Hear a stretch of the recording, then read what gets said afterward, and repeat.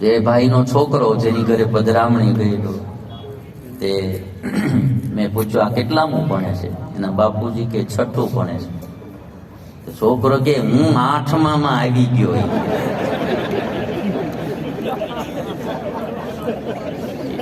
હું 8માં, બાપા કે 8માં ક્યાંથી આવી ગયો? ભાઈ એને ઈ નથી ખબર છોકરો છઠ્ઠું ભણે. આ બનેલી ઘટના કહું છું હું તમને.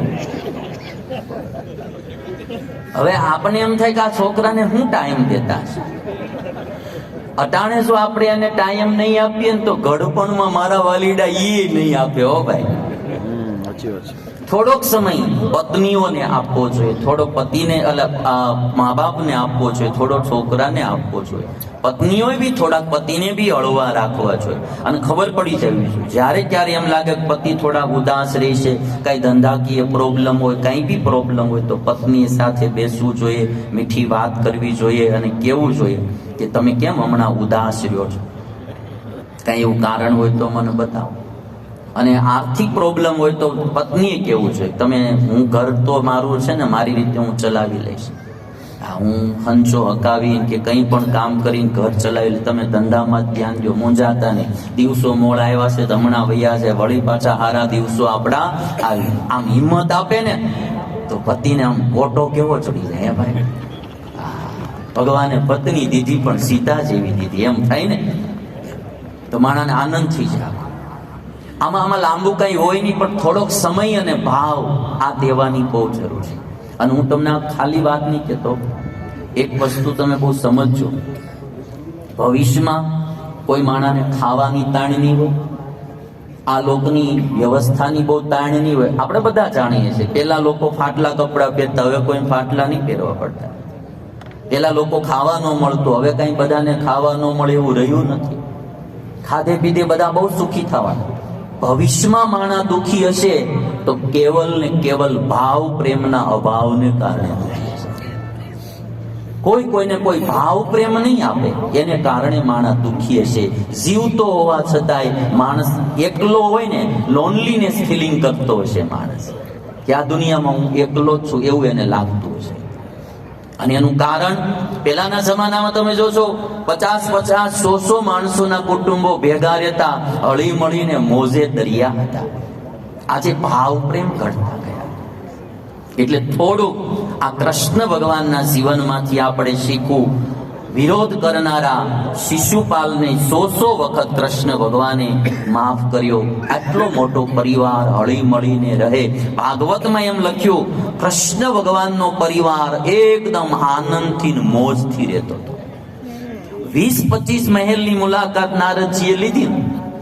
બધે ભગવાન ગ્રહસ્થને યોગ્ય બધી ક્રિયા કરતા જોયા.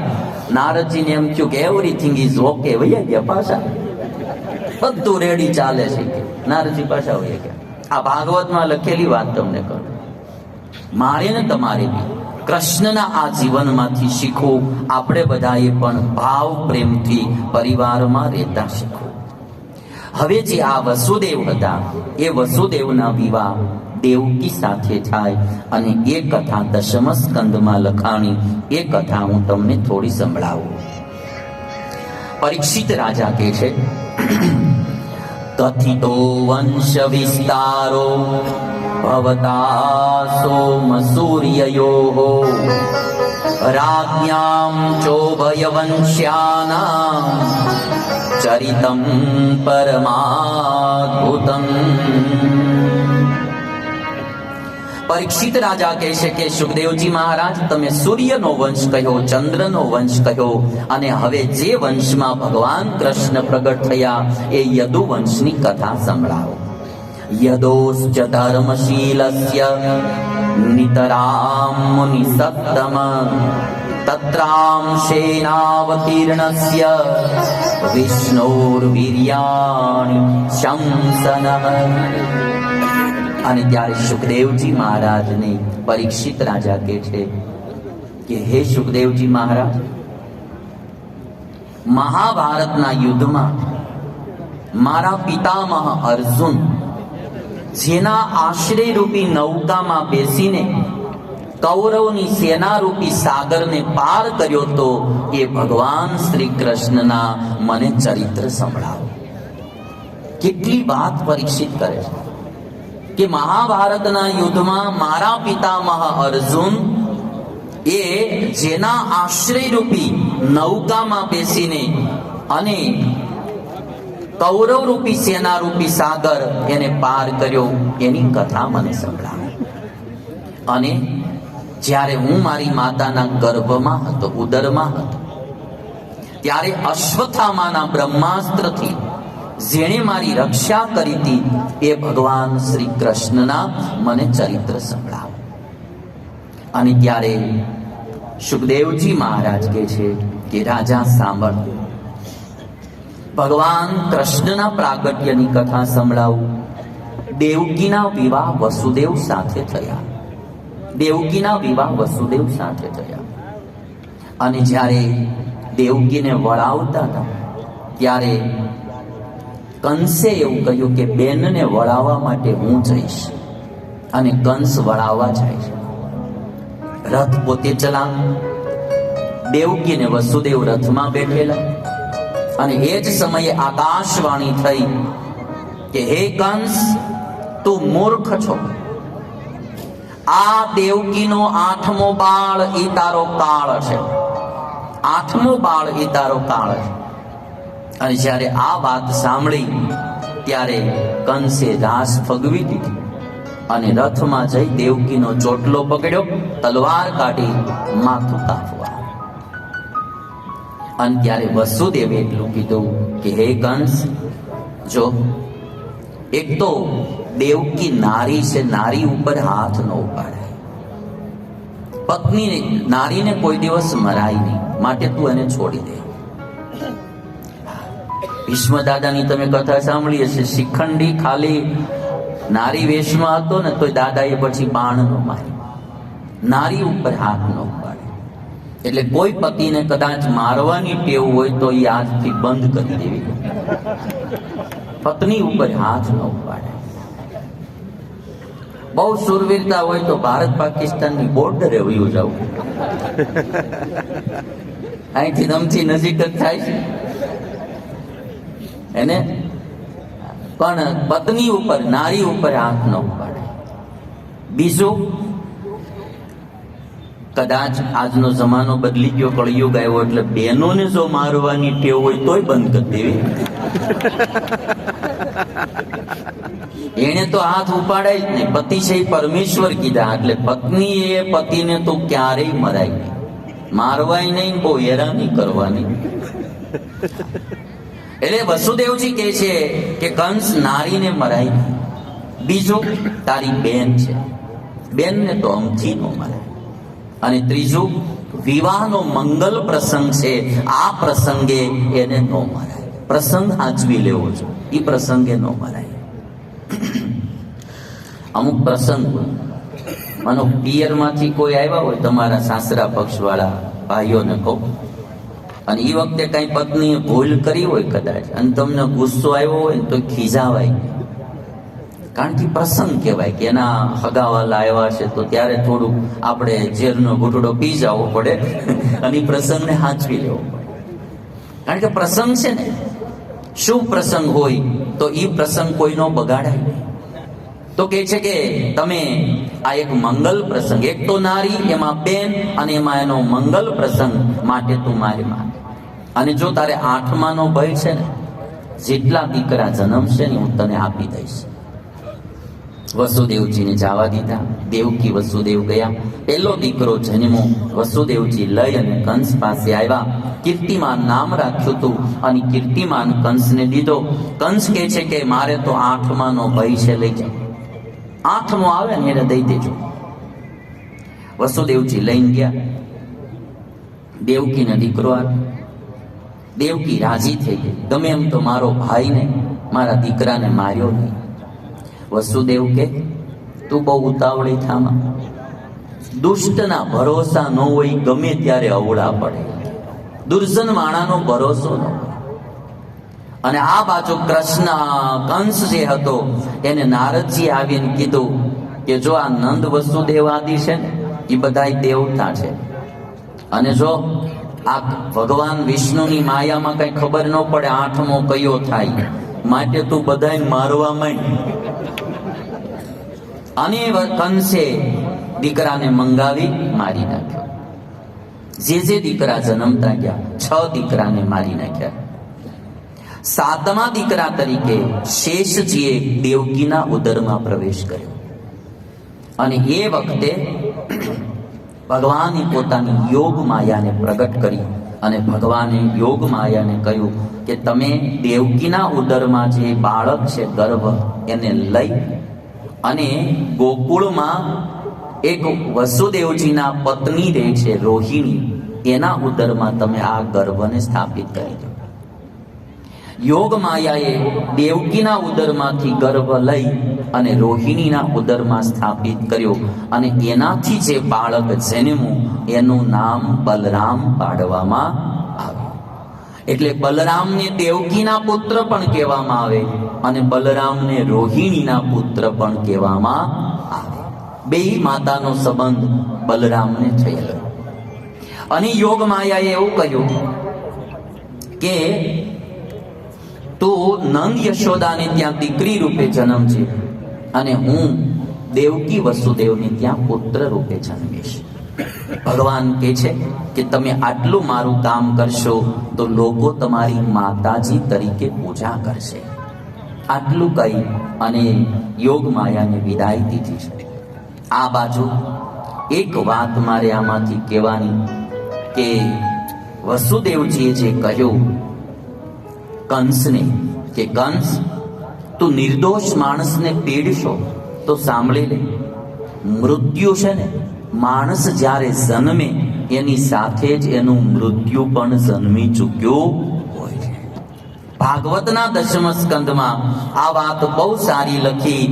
મૃત્યુર જન્મવતામ વીર દેહેન સહજાયતે અદ્યવાપ્ત શતાંતે વા મૃત્યુર વૈ પ્રાણીનામ ધ્રુવા. વસુદેવ કહે છે કે કંસ મૃત્યુ અનિવાર્ય ચીજ છે. જ્યારે માણસ જન્મે ત્યારે મૃત્યુ પણ જન્મી ચૂક્યું હોય છે.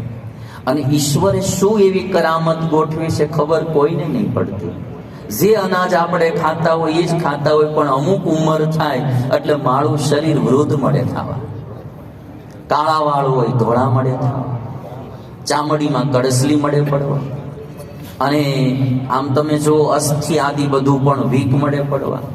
કઈ સિસ્ટમ ગોઠવી છે ખબર નહીં, ઘડપણ ક્યાંથી આવે ખબર જ નથી પડતી. અને હજી કોઈ ડોક્ટરના હાથમાં નથી એવું, નથી સ્વિચ બંધ કરી દે જુવાન ના જુવાન રહી. હજી કોઈના હાથમાં આવ્યું જ નથી. અને બધાને ઘડપણ આવે અને ધીરે ધીરે વયું જવાનું. કોઈ બહુ સરસ આમ વૃક્ષના પર્ણની વાત પાંદડા બધા બતાવ્યા છે અને એમાં લખ્યું છે ધી જર્ની ઓફ લાઈફ. આમ તમે આમ જુઓ, સૌથી પેલા એકદમ લીલુંછમ પાંદડું હોય, બરાબર, પછી ધીરે ધીરે પીળું પડે, પછી ધીરે ધીરે થોડુંક લાલાશ મળે પકડવા, અને છેલ્લે તમે આમ જુઓ તો એકદમ લાલ ને કાળું મળે થવા અને પાંદડું ખરી જાય. જે ગતિ પાંદડાની છે પર્ણની, એ જ ગતિ હરેક વ્યક્તિની. એટલે લખ્યું બહુ સારું, the journey of life, the journey of life. જીવનની ગાથા, જીવનની યાત્રા બધાની આ રીતની છે. અને એક બહુ સરસ આ માનવનું તમે ઘણી વાર ચિત્ર જોયું હશે, એમાં તમે જોશો ગર્ભ અવસ્થાથી બતાવ્યું. બાળક જન્મે, ગોઠણિયા પર હાલતું થાય, પગ પર હાલતું થાય, પછી જુવાન થાય, પછી પ્રૌઢ થાય, વૃદ્ધ થાય, અને પછી મરી જાય, પછી શવ થાય, અને શવમાંથી જીવ નીકળી જાય અને વળી પાછો ગર્ભ ધારણ કરે. આદિ જગતગુરુ શંકરાચાર્યજીએ કહ્યું પુનરપી જનનમ પુનરપી મરણમ પુનરપી જનની જઠરે શયન. અને જે વાત અહીંયા લખાણી એવી કોઈ બહુ સરસ લખી, जिंदगी का सफर है ये कैसा सफर कोई समझा नहीं कोई जाना. આવવાનું જવાનું. અને મારું કેવું આખી જિંદગી બળ કરવાનું, છેલ્લે ખાલી હાથે વયું જવાનું. કેવી કરામત ગોઠવી દીધી આ જગતની તમે આમ જો ને. આખી જિંદગી મહેનત કરવાની, બળ કરવાનું, કેટલું સાચું ખોટું આ તે બીજું ત્રીજું કરી અને છેલ્લે માળું મરી જાય. 4 જણા નાનામી લઈને ઉપડે, બાળીને ભૈયા 5 દીમાં બધા ભૂલી જાય. પેલાના જમાનામાં હતું 12મું 13મું કરતા, હવે 4થું 5મું આવી ગયું. 12મું 13મું કોઈ કરતું નહીં. 12 13 દી સુધી કોણ વાટ જોવે? 4-5 દી કરો પૂરું.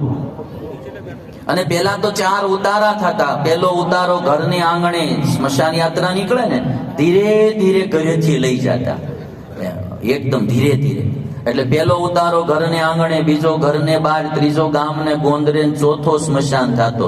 હવે તો ઓલી ગાડીઓ આવી ગઈ, જેવો બેહેડો સીધો સ્મશાન. ઉતારા બુતારાની વાત જ નહીં, કાઢો હક.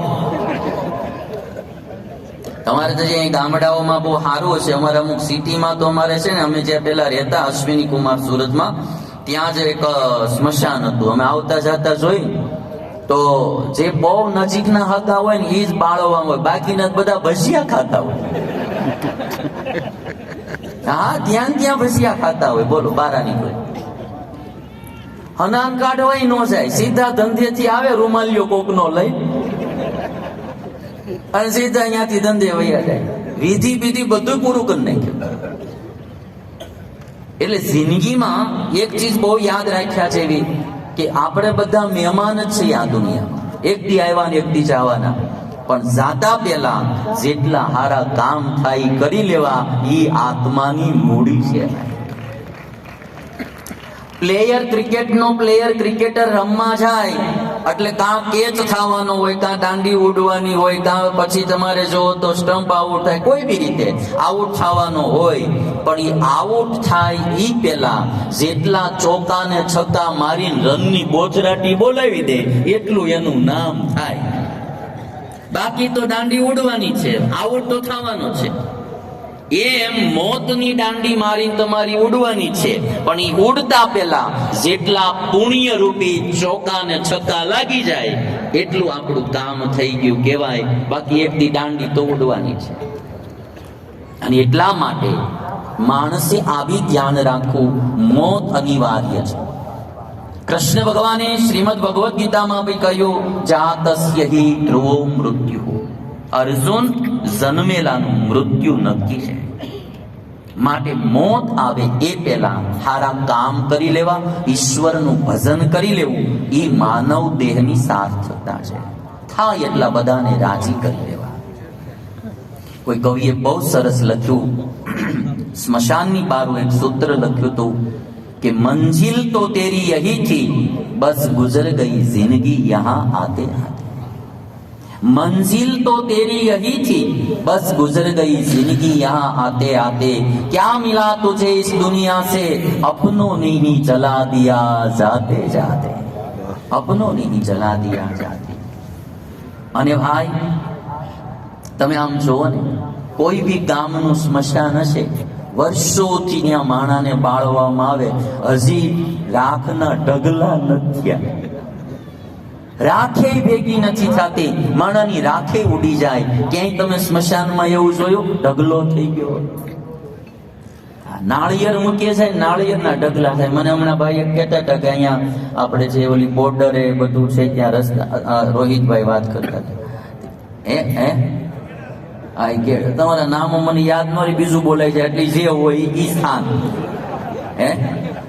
ગેલા હનુમાન, હા, ત્યાં ઓલો નાળિયેર રાખે છે. અને ધીરે ધીરે થતા થતા ઢગલો ડુંગરો થઈ ગયો. મારે જાવું છો ત્યાં એકવાર. હમણાં આમાં આ કથામાંથી ગમે એકવાર મને લઈ જાયજો તમે બધા. મેં જોયું ડુંગરા, આમ એવો ડુંગરો થઈ ગયેલો, પણ ફોટામાં બતાવ્યો. નાળિયેર મૂકી જાય તો ડુંગરા થાય.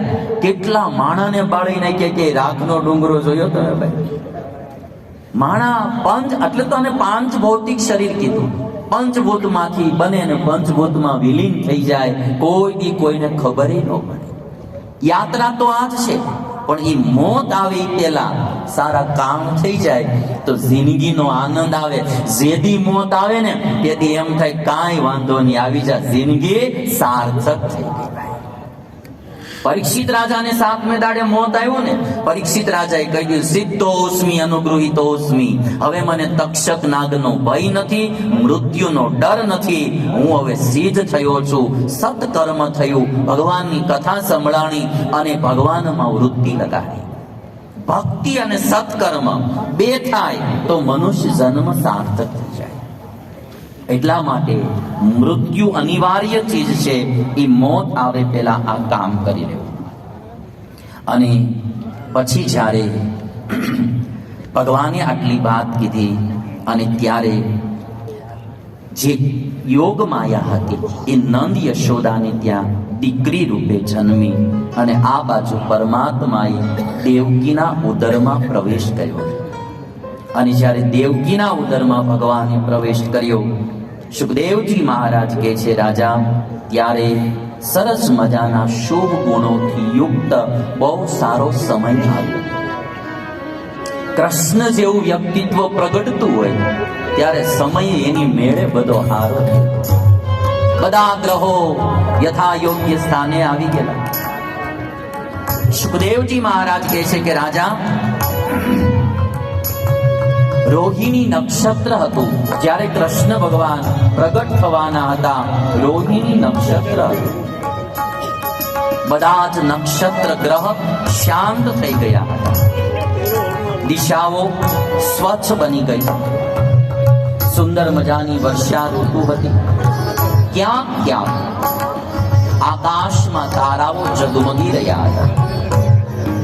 શીતળ શાંત મંદ મંદ પવન વાતો જેવો અટાણે વાઈ રહ્યો.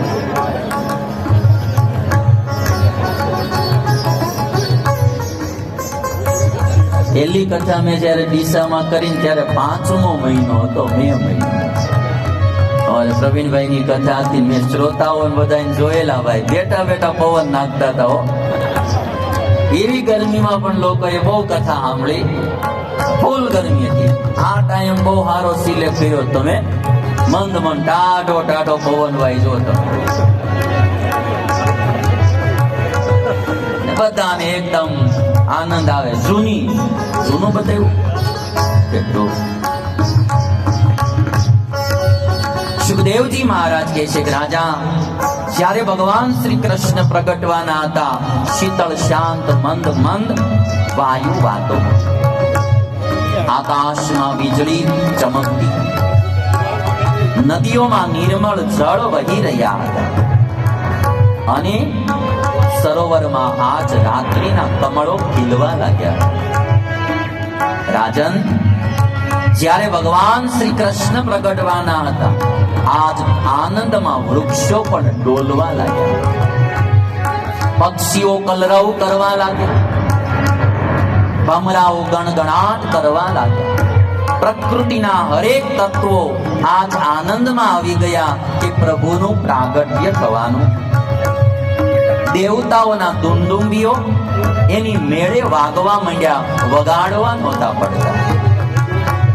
કિન્નર અને ગંધર્વ મધુર સ્વરમાં ગાવા લાગ્યા. સિદ્ધ અને ચારણ સ્તુતિ કરવા લાગ્યા. દેવતા અને ઋષિ મુનિ આનંદથી પુષ્પની વૃષ્ટિ કરવા લાગ્યા. સુખદેવજી મહારાજ કહે કે રાજા, જ્યારે પ્રભુ પ્રગટવાના હતા ત્યારે ગાયો પોતાના વાછડાઓને વહાલ કરવા લાગે છે. માતાઓ પોતાના બાળકોને પ્યાર કરવા લાગે છે. પ્રેમનો દરિયો, સ્નેહનો સાગર જ્યારે ભગવાન શ્રી કૃષ્ણ પ્રગટવાના, એના પ્રેમની આમ ઝાંખી સર્વત્ર ફેલાણી. બધાના દિલમાં ભાવ પ્રેમ જાગવા લાગ્યો. રાજન, બધા નર નારીઓના હૃદયમાં ભાવની ગંગા વહેવા લાગી. માતાઓ પોતાના બાળકોને પ્યાર કરવા લાગી. ગાયો વાછડાને ચાટવા લાગી. સર્વત્ર આનંદ આનંદ છવાઈ ગયો. શ્રાવણ માસ હતો, વદ પક્ષ હતો, અષ્ટમીનો દિવસ હતો અને રાત્રિના 12 વાગવાનો સમય હતો. ત્યારે મથુરાની જેલમાં ભગવાન ચતુર્ભુજ રૂપે પ્રગટ થયા છે. બોલીએ ચતુર્ભુજ ભગવાન કી જય. બોલીએ ચતુર્ભુજ ભગવાન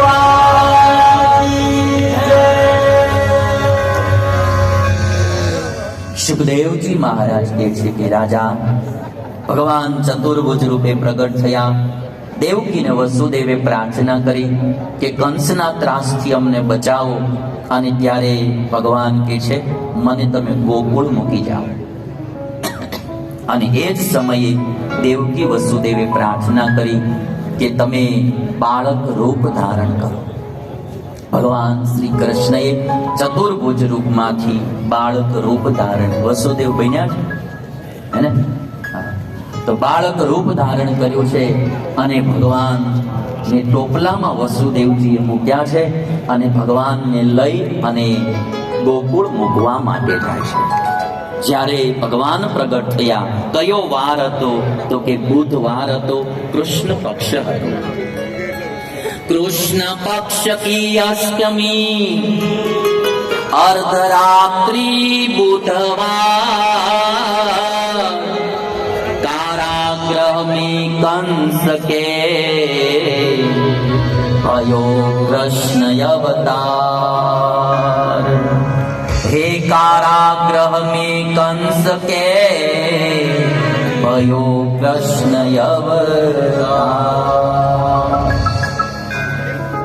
મથુરાની જેલમાં ભગવાન પ્રગટ થયા અને વસુદેવ ટોપલામાં લઈને ચાલ્યા છે. મથુરાની જેલમાં કાન જન્મિયા.